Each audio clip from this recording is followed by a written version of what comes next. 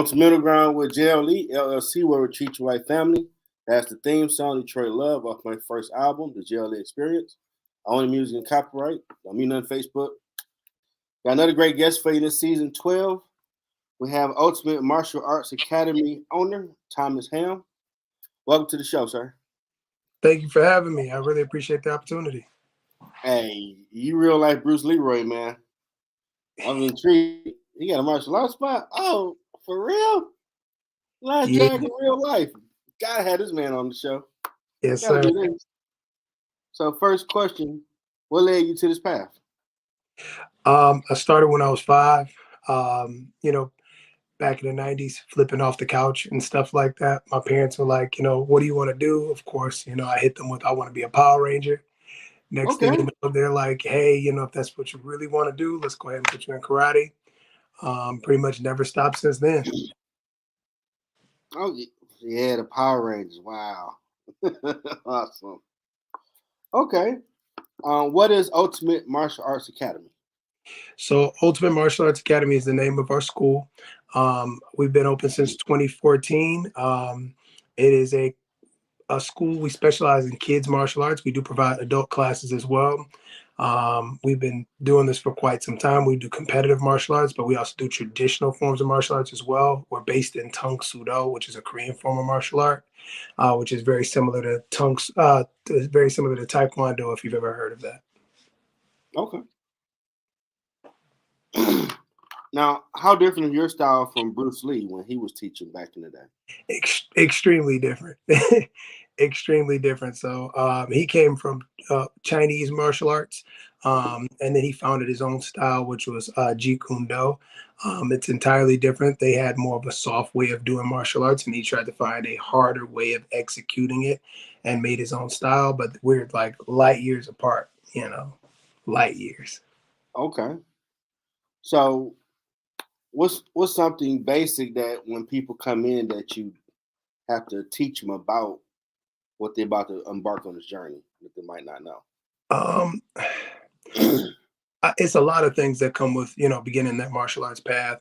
The first thing is something that we talk about, but most people don't understand it until they actually do it, and that's consistency. Most people come in and they expect to get overnight results, whether that's parents looking at their kids or whether that's adults who are coming in and thinking they're going to lose 10 pounds of fat overnight. And it's like that doesn't come that way. Anything that you see that's worth having usually took a whole lot of hard work, dedication, and time in order to achieve. Even if you're talking about somebody who's getting a liposuction, it probably took a whole lot of working at your job and saving up money to even be able to pay for you to take the quick route. So it's not, there's nothing that comes easy for anybody. And, that's the hardest thing to kind of get people to swallow when they first start with martial arts. The second thing is that not only will it not be easy, is that I'm not your friend and I'm not going to be nice to you. I want to see you better more than I want to be your friend at the end of the day. Okay, because you're a cool guy. You being a tough sensei, so you kind of that's interesting. I want you to be appreciative for what you get out of it, not how nice I am to you. Okay, have you ever been in a situation where you had to deal with somebody? A few times, a few Wow. times. I would say that the best benefit to martial arts, the confidence you get dealing with, a physical altercation or the potential for a physical altercation, because you don't feel the need to defend yourself for most people because you know that there's a separation in your capacity to defend yourself. So, sometimes people get scared and start swinging. You can stay calmer for longer and possibly lead to a diffusion of the situation instead of getting escalated in your tone of voice, your posture and stuff like that, which then causes them to escalate their tone of voice and their posture. Okay. Now, what did your friends think when you opened this amazing spot? Oh man, so it was a mix between it's the coolest thing ever and you stupid. You stupid. Yeah, how you gonna make money doing karate? Is that supposed to be the main thing, or I had some people that's like, you've been doing this your whole life. I think this is gonna be an excellent decision for you, but there was definitely, a Wow. huge gap as far as the reception that I received from people around me. So you didn't get no Last Dragon joke. Oh, I got that before I even got there. Okay, So, you about to say, you know, Bruce Leroy was my name coming up in school. I'm about to say, like, wait a minute. Yeah. You real life. Listen, I had grew my hair out a little bit. They were like, show love. Ah, Like, oh man, like chill out. nice. That's awesome. Yes, sir. I know that's the first thing. Like, wait a minute. At the dealership, like you got for real a martial arts spot.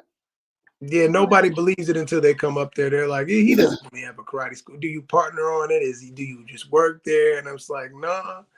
The dealership is my part-time job. This is my main job. Like, wow. I mean, I actually like, man, Bruce Leroy, you gotta have this man on the show.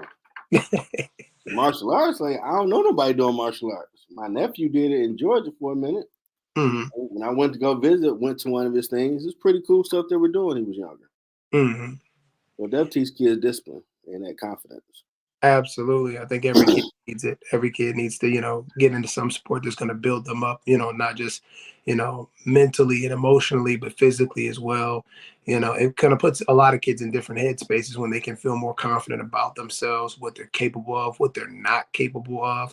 Most kids just don't even know. It's like you knew whether or not in school you were the fastest kid or the slowest kid because everybody at least went outside and ran. So you knew whether or not you needed to put in work or if you were the fastest kid on the field. Nowadays, kids have no clue if they can run without tripping.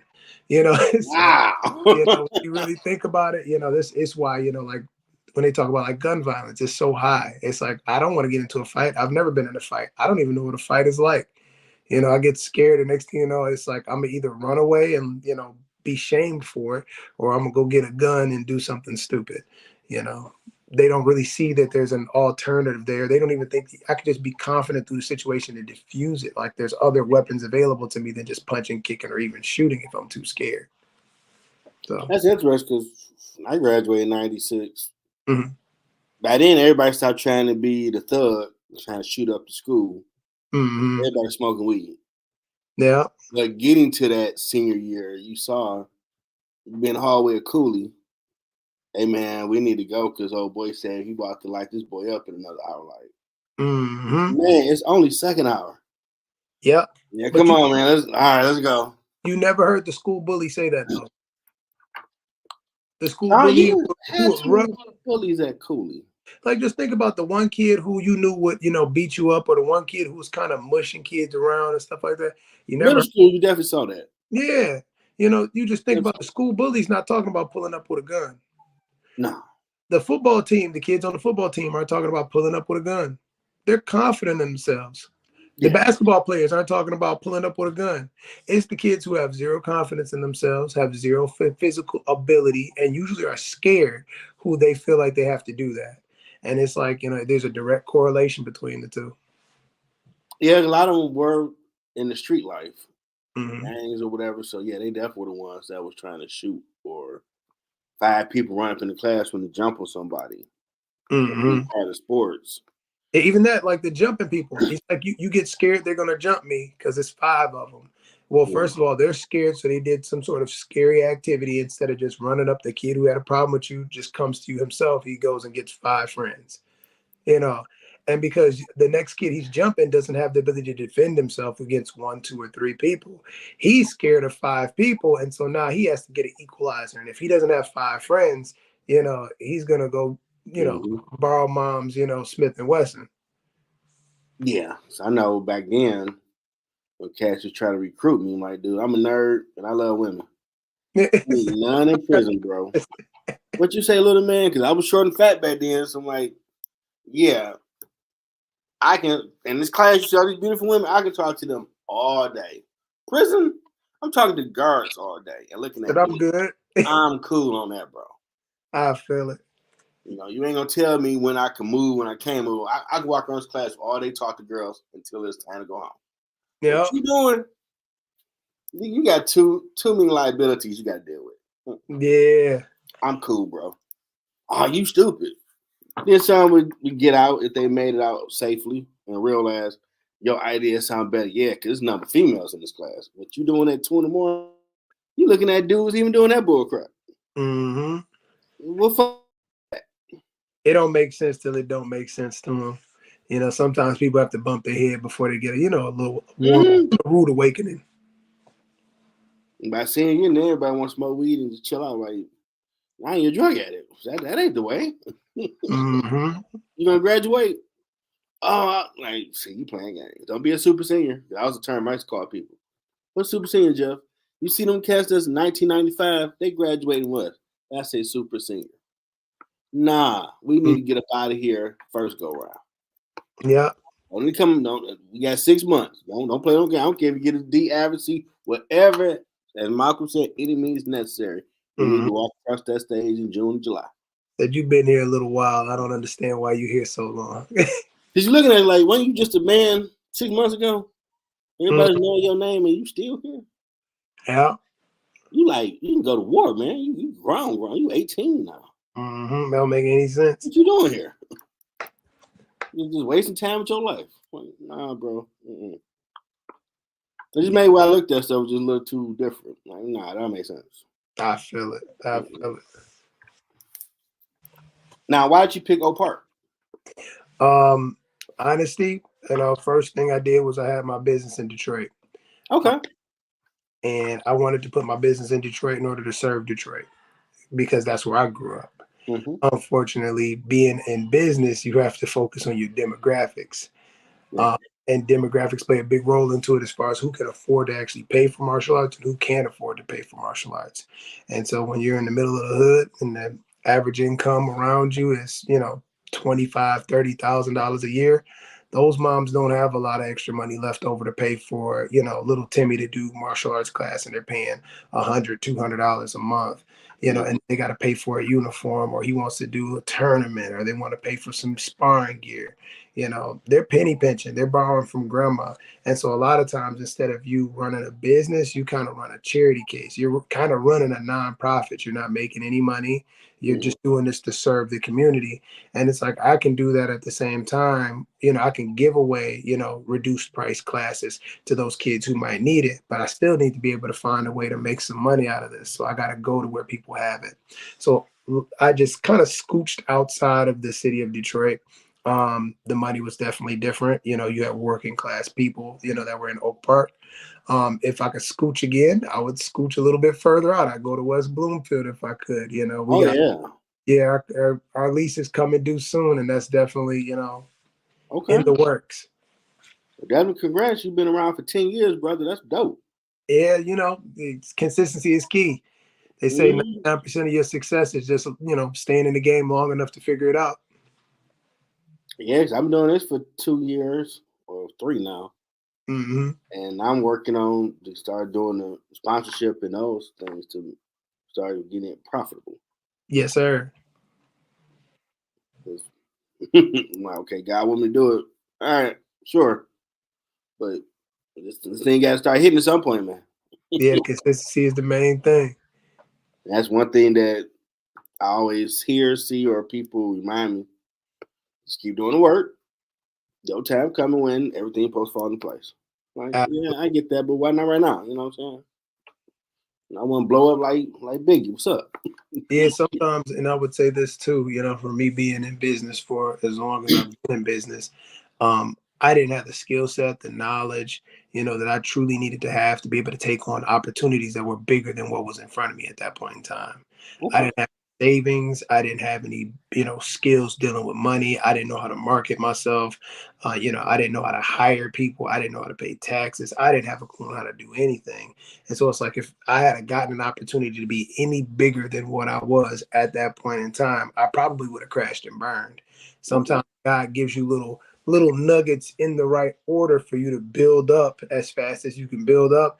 And then by the time you've gotten enough, what I always see entrepreneurs do is they kind of trajectory up a little bit at a time.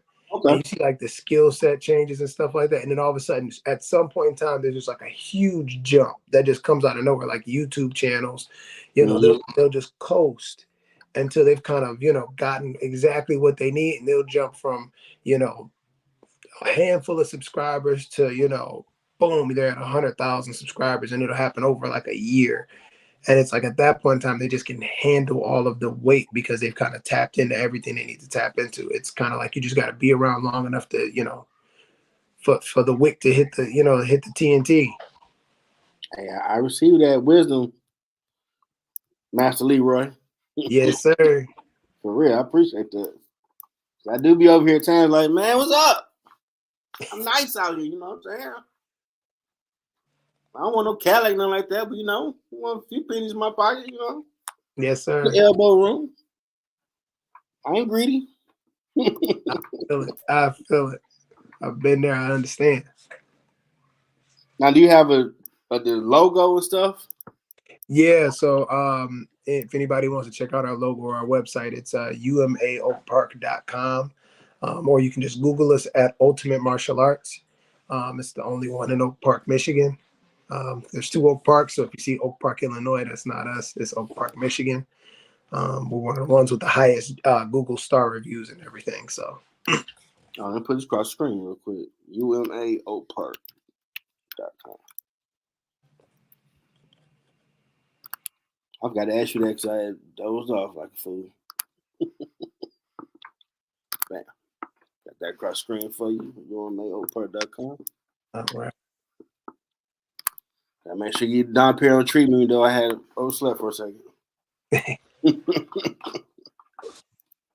I'll never be perfect, but this is. I hear it. When I do get my building, I'm gonna believe in the first class, fly them out, the whole shebang. Let's get it. Take my beat, the whole hookup. Yes, sir. That's the way that point. We do our best. Let God handle the rest. That's it. That's all you can do, man. 100%. Especially with this shit, it's like everybody coming out with truth with everything. Like, ooh, okay. Yeah, and stop being in the shadows with it. Dropping bombs. Like, okay, all right. We reached part of the show where you promote marketing with your show. Your company. The floor is yours.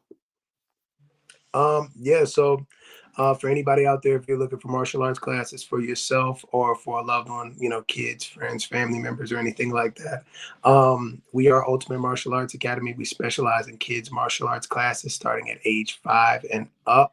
By putting your child in martial arts classes, you're going to help them build more focus, discipline, confidence, physical fitness. It's going to be probably the best investment you ever make in your child.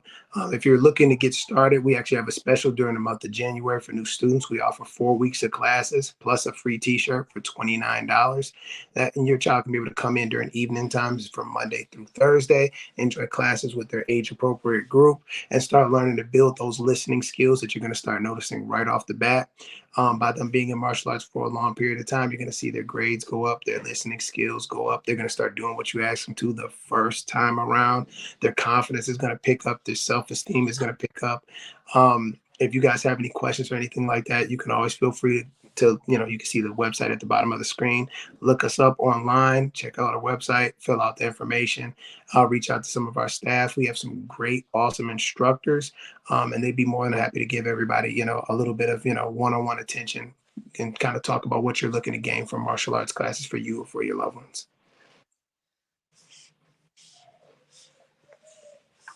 Okay. You talk about writing a book? No, I've heard some people talk about it.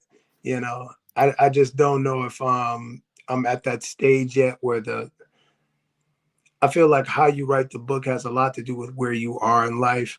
And I feel like once you hit maybe your personal pinnacles, it shapes the rest of the book and how you got there. I don't feel like personally I've hit some of my pinnacles yet where I can kind of write that from here to here because I don't feel like I'm here yet. Okay. So I feel like once I've kind of hit that, I feel like then I can really start, sharing some information with everyone as far as, if you were in my shoes or if you're in a similar situation, how you go from, here to here. Well, my book, you Jordan. I wish. 10 years. That's impressive. I wish, For real. Some companies, they might be branding themselves to try again. That's some consistency for you. Really. I feel it, and that's the one thing about, being in business, you have your moments where You start off with no money, and you realize that's the worst decision a business owner can make, is they get into it and they don't have the proper funding. And then you have bad times. And then you realize that, part of being a business owner is you pay everyone else before you pay yourself. And you have to really be willing to go through all of those, those trials and tribulations, the ones that you've been told about, the ones you haven't been told about, and just staying true to it, going negative sometimes, borrowing some money when you have no money. I was homeless when during my first years of opening up the school. I stayed in a homeless shelter because I was teaching inside of a rec center. And then when I finally saved up enough money, I was able to get my school. And then I was living in the back of my school. It was like it was bad, but it was, the dream was the most important thing. You treat like the business like an extra baby. You feed it before you feed yourself. Before you take a paycheck, you put it back into the business. And some of that stuff, it's really tough, 10 years of doing it, scraping, and then finally seeing, months and, then eventually years where you're like, I never thought I'd make this kind of money ever in my life. So it can be some pretty intense stuff, and you suffer spankings that, having a regular job, you never have to suffer, but your threshold for success is way higher as well. Brother, salute. You didn't quit. You can't. And man, ain't tell how many people you have helped over the years with this, for real. Yeah. Every blue moon you get somebody calls in, and it's a kid who's an adult now, and they're telling you about how much, you've had an impact and stuff like that. It kind of hits right here. That's awesome. That leads to the next question. What has been your biggest challenge on your journey? Biggest challenge. I don't support. I think when you're an entrepreneur, a lot of times you decided to do it by yourself. And you usually don't have a mentor or even anybody who you can respect their opinion enough to be able to bounce thoughts and stuff off of. Mm-hmm. And so you constantly find yourself doing the Solomon's advice, where you have to be your own best wisdom. And when you want to turn to people, usually they don't fully understand where you are in the process, what you're trying to achieve, or why you're even still doing it sometimes. And that can be extremely discouraging. You want some feedback from somebody who's never run a business, never tried to do anything on their own. They've only worked 40 hours for a set wage. And you're trying to explain why, hey, I'm going to spend $1,000 on marketing this month. And they're like, that's rent money. You're crazy. Keep that money in your pocket. It'll never click for most people, but you need to hear feedback from somebody. I think that's usually the biggest challenge, and especially hearing it from people who you're extremely close with, who want the best for you, can like really put you in a rut. It can take the steam out your sails sometimes. And I can relate to that because since I've been doing this, I would get to a question like, "You just doing that for free as a hobby?" Like, no, God told me to do it. He made everything, so he know I gotta make money at some point. So I just need to be consistent and obedient and keep doing it. 100%. And I've noticed it's gotten to a point where people reach out like, "So you got a show today?" Mm-hmm. I ain't got no interview today. Oh, you don't? And I hear in their voice like, "But I'm going." Oh, okay. Well, okay. You meant to know people are really. All right, you say Friday at 8 and Saturday at 7. Where that? Mm-hmm. I'm used to it. Like, oh. But for a while, I wouldn't do that. Just like, okay, guess can't make it. No problem. Keep moving. I'm like, Mm-hmm. oh, wait a minute. You still need to put a product on because people are looking like, hey, I ain't seen no flash on LinkedIn or whichever platform. Well, where the guest at? Oh, well, you got 200 some episodes, so you got something to pick from. Mm-hmm. Put it up there.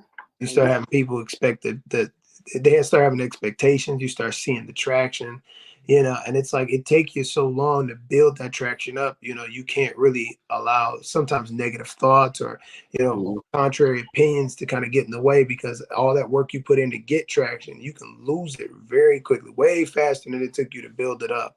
Yeah. You know, but Some those people reach out to me intrusive now on LinkedIn, like, hey, I'd like to be a guest on your show. I've seen an episode, I like it. Like, And to myself, like, I never thought it'd be a day where people actually reach out to me. Mm-hmm. So I'm like, man, I'm up here talking to strangers. God got me on my element with this stranger danger. Hey, I'm doing this, trying to purpose. What are you talking about? You Moses for purpose? Like, I guess here's my show. Check it out. They like, oh wow, I love your show. I want to do it. Like, oh, you do? Okay. To where now, like, that's how I do the show. Like, we give a call, I give you a sample of the question. Like, that's how you do. Like, yeah, you ain't trying to do no gotcha moment. Like, I don't care what strip club you was at 3 o'clock in the morning. That ain't my business. Oh, like, yeah, this ain't that. I'm talking about what you got on LinkedIn or your website, and that's it. What advice you got? Oh, that's pretty easy. Like, yeah, it's real chill. All about you. I feel it 100%. No, that your off time is your off time. I don't need none of that. I advise you to keep in mind whatever your brand is that good for your brand? If it come Yeah. You know, everybody got skeletons in their closet. You just gotta make sure you keep the closet closed. And everybody reported because every phone got a camera. Like, mm-hmm. That look like Willie coming out of that spot with, oh, that ain't his wife. Well, let me Yeah. picture that. Yeah, man, guess what I ran across? They put that up like, what? Why did you even put that on social media? Because they trying to go viral. Yeah, it ain't worth it. All press ain't good press. Nope. Don't be TMZ. They professionals. 100%. In your opinion, what has been your impact in the community? I don't really have an opinion on it, unfortunately, because I haven't been able to survey every single person. But I can go based off of what some people have told me, and what I know for a fact. I've taught a couple thousand kids for sure. Wow. That's 10 years. I teach everywhere from rec centers to we have our school in Oak Park. I have partnerships with other elementary schools, such as like Lessinger Elementary School, Stevenson, and Southfield. We're teaching kids every week, and I know for a firm fact that I don't have kids that come into martial arts and don't like martial arts. They love it. Kids don't quit, parents quit. If I get a kid who quits, it's usually because mom had to buy something for Christmas and they had to reprioritize their budget. And then they're coming right back around in February once she gets it figured out because, little Tommy wanted to come in and, he didn't want to miss too much time in class. Mm-hmm. So I know for a firm fact kids love it. I do have long-term students who've been my students since they were 5 years old who are like, like one kid specifically, his name is Tai. He's been with me since he was 5. He's going on 15. He's in high school now. He doesn't want to do anything but become a martial arts instructor. He works for me. He gets paid. I've had several students who started off as kids who worked for me making $15 an hour, as a kid, before that was ever like a normal. Man, you was the man. You was working at a nice McDonald's square in the suburbs at $9 in the 90s. 15? Mm-hmm. Yeah, shoot. $5.75. What you Hey, I remember them prices too, bro. When I got out of high school. $5.75, no joke. I remember when they went up to $7.40, and I thought I was doing something at $7.40. Was at the racetrack where middle belt 96, all of the stuff is. Mm-hmm. That was the racetrack when I was in high school. $5.85 as dishwasher. Mm-hmm. When I started working at Riverside Ford, downtown Detroit, that was $6.50. Mm-hmm. No, my bad. I took a pay cut. I was making $5.50. Oh man. Pete Conyers, he was the coolest Conyers. He gave me $1 raise over time, so I was at $6.50. Okay. Then my brother at Wayne State custodial, and he like, "You gonna quit this job, Jeff? Like, I don't know, man. It seems scary. I don't know about that water." Mm-hmm. That cat showed me his custodial technician check at $8, classroom attendant at $9, and custodian at 10 something. Every check was more than what I was making. I'm like, I'll be damn. I know math, and this math is better than what my math is because I'm drinking Pepsi and Parmesan every Friday, hating my job. I understand. And they pay for college. I'm out. I gotta go. I understand.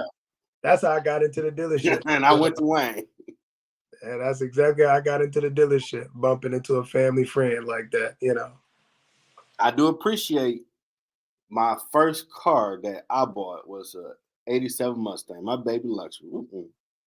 I used to wax that baby. I waxed that car so much when the '99 F-150s came out. My brother had one. He would come to Mom's crib like, "Hey man, can I get next?" And the Buffett shine like, Oh my goodness. "Yo, it's brand new." Oh, you see how luxury gleaming, baby. I understand. I understand. You want to get some of this action? I got Just they need some of that treatment. you. I understand. That was my baby. They like, well, we want to look out for you because you going to school. Like, okay. Because I was Hmm. doing a Pell Grant. I'm like, I need more than just Pell Grant. And it came Mm. with those options. And I was at Wayne from August '98 till September 21. I went to where I'm at now, as custodial supervisor. I was scared of them, like, they ain't let you move up, man. You gotta get out of here. You got your management degree. That's management. That's what you need to be doing, bro. Let's go. I feel 100%. Let's go. Sometimes you just gotta, jump out on faith too. You know Mhm. you got something good going on where you are, and you know when you're not getting your full value. And a lot of times, sometimes that's that trigger for most people being an entrepreneur is when you haven't been getting the full value, for your skill set, your time, what the service that you can deliver to people, and you kind of get fed up with it. And you're like, well, let me pave my own path since they don't want to help me get there myself. So if anybody's out there who's looking to be an entrepreneur and you feel like you're in that position, sometimes God might have a calling for you. Yeah. 'Cause I know my same brother who had the F-150. When I had a moments like, man, you ain't getting no money for this. You are consistent because when you start, you're gonna finish it. You can do a step better with your time. And Mhm. he hit me up like, what up, man? How the show coming? Like, it's all right, but his energy level, like, man, you doing that thing. You a journalist, you doing radio and broadcasting. You got people watch you doing. I'm like, just do energy. Did you go to the future and see what it looked like? Mhm. What's the number? And he's hyped up So for the it. energy you got, you like, man, just stay the course, dude. I'm telling you what you doing is, man, you don't even realize what you're doing. I'm like, this dude, energy kind of make me honk up like Popeye. Like, oh, you crafty. Okay.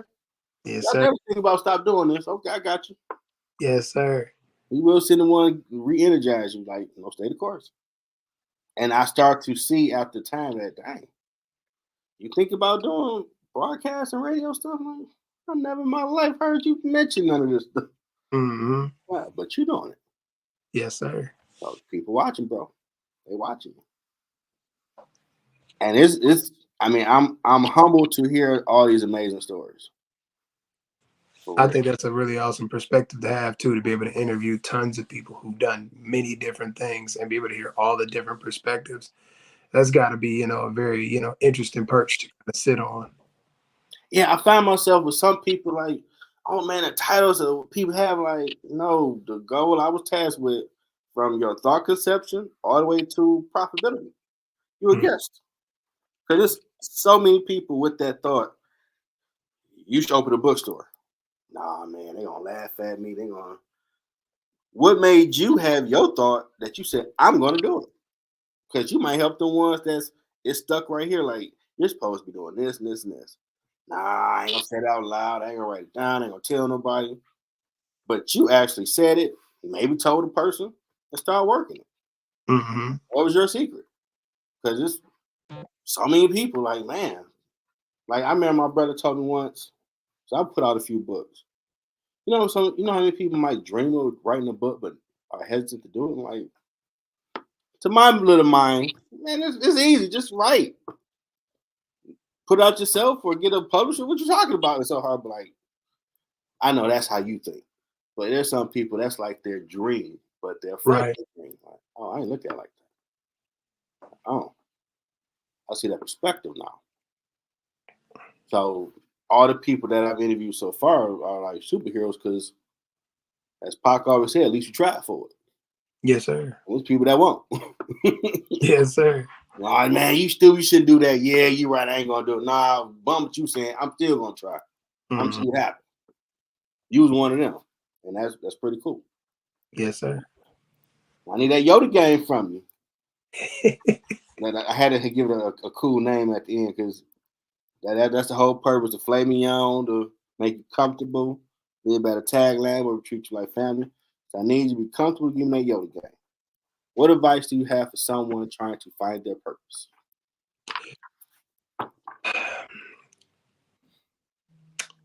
I would say it depends on if they're trying to find their purpose as far as work or their purpose as far as life.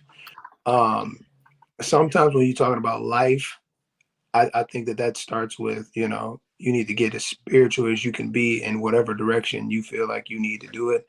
If you're a Christian person, get right with God. You know, if you do anything different, you know, find your lane as far as spirituality, because that's going to keep you rooted. And then when you kind of can get rooted in your spirituality, find where your moral line is, you can figure out what you don't want to do first, and you can start drawing lines, because what it is it's really just targeting. So it's like, Mm-hmm. imagine we're doing advertising.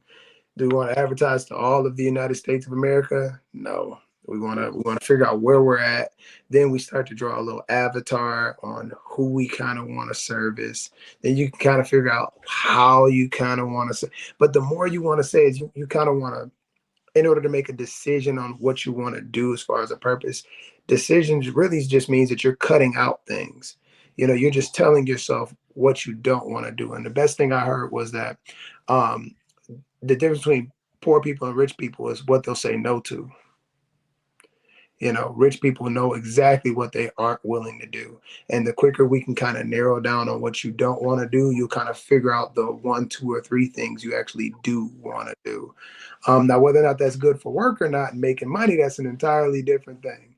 I think that you kind of need to start looking at what you're good at. Sometimes God gives us gifts and it has nothing to do with what you want to do. It just has everything to do with what God's gift was for you. And you kind of need to lean into that, you know, with passion, with a vengeance. You know, it's the parable of the talents. You know, God gives them to you. He don't want you to come back with the same talents in hand. He don't want you to hide them in the dirt and then come back later like I still got them intact. He wants you to multiply on the things that he gives you, whether you want to or not. So, that's the only thing I can say is, if he's giving you a talent, double down on the talent. And if you want to figure out how you want to maybe express that talent, figure out what you don't want to do first, and start cutting those things out who you don't want to serve, and then focus on those things that are left over and how you can give that gift to that remaining group of people or that demographic that you really want to give it to. Man, it's the day my dad died 33 years ago, 91. You preach like he was a preacher, brother. That's some good stuff. I can't preach, I feel like some people got a way better gift of doing it than I do. Nah, you did just fine right there, brother, for real. That was real talk. That there people who, man, 31 countries listening, a lot of demographics. Your journey definitely help people start finding what they should be doing. If they already know, to actually put some action behind it, because that's real. I appreciate it. Oh, I appreciate you, brother. I mean, I know Bruce Leroy, real life. Talking about, I'm cool in these streets now. I know somebody that, come on, you better back up. Yeah, all you gotta do is make a call. And I gotta get a class in. I want to know a little something. I ain't out here trying to be no problem. But I want to be like, I know just a little something.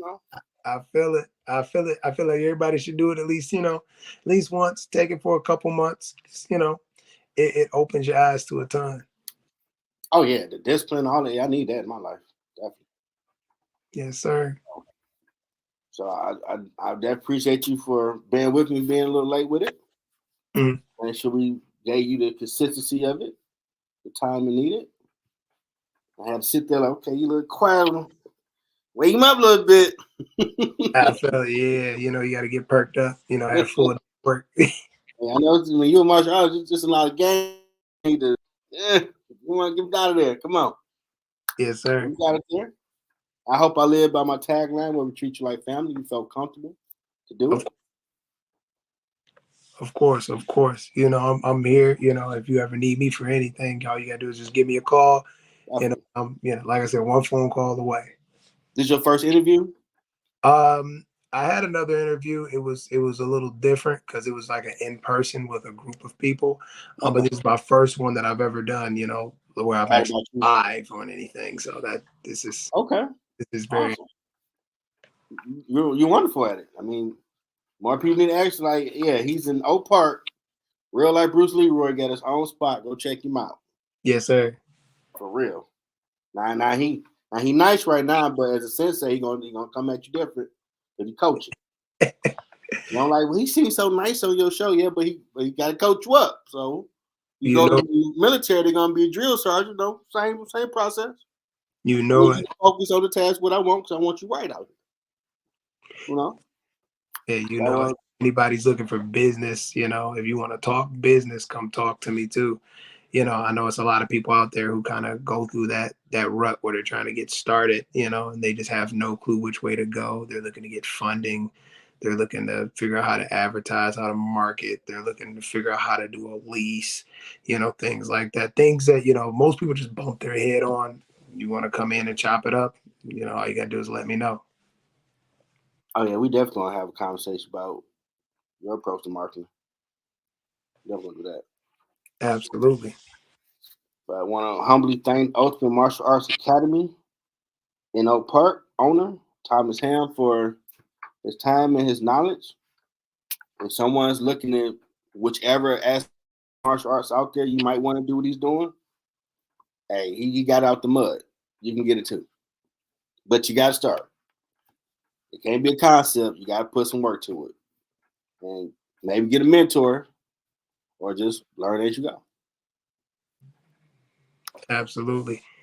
Absolutely. If anybody has any questions for me personally, you guys can always reach out to me.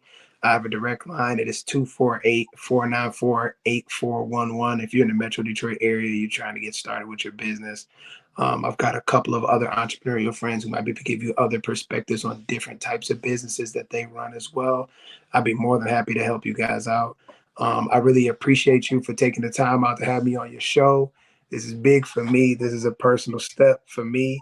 So, before you can reach out to me, make sure that you send this man his flowers because, without him, a whole lot of us wouldn't have the voice to be able to reach out to anybody. Hey man, I appreciate you looking on my car situation. I had to take care of you. I had to Check that take care man of out of Sierra Chevrolet, man. This outfit, like, and we just like cool dude, like, and you said, yeah, I got my martial arts sport. you. Yeah. If you Oh, guys I show need up you on the show, man. Bump, I got questions. if you show up, make sure you say Jeff sent you. I'll make sure I take very good care of you guys. I show love both ways around. So, I make sure I take care of him. If you pull up, just say Jeff sent me. And I'll make sure I show everybody some love. I'll get you in the best thing possible. Yeah, go check this man out. He's a good dude on both fronts. He can teach you how he can help you get your vehicle, and he help you how if you need to choke somebody up. Respect. You know it. You know it. The one thing I learned about the defense stuff, you're never trying to fight. But if you do have to fight, you should take him out at one time. Yep. You shouldn't be working. You shouldn't be sweating because you know too many skill set to. All right, leave me alone. No prisoners. No prisoners. And on that, brother, hope you enjoy the rest of your night. I got another one coming at 8:30. Check it out, man. All right. Same to you, man. Take care. Enjoy yourself. Talk to you soon. All right. Till next time. 3-1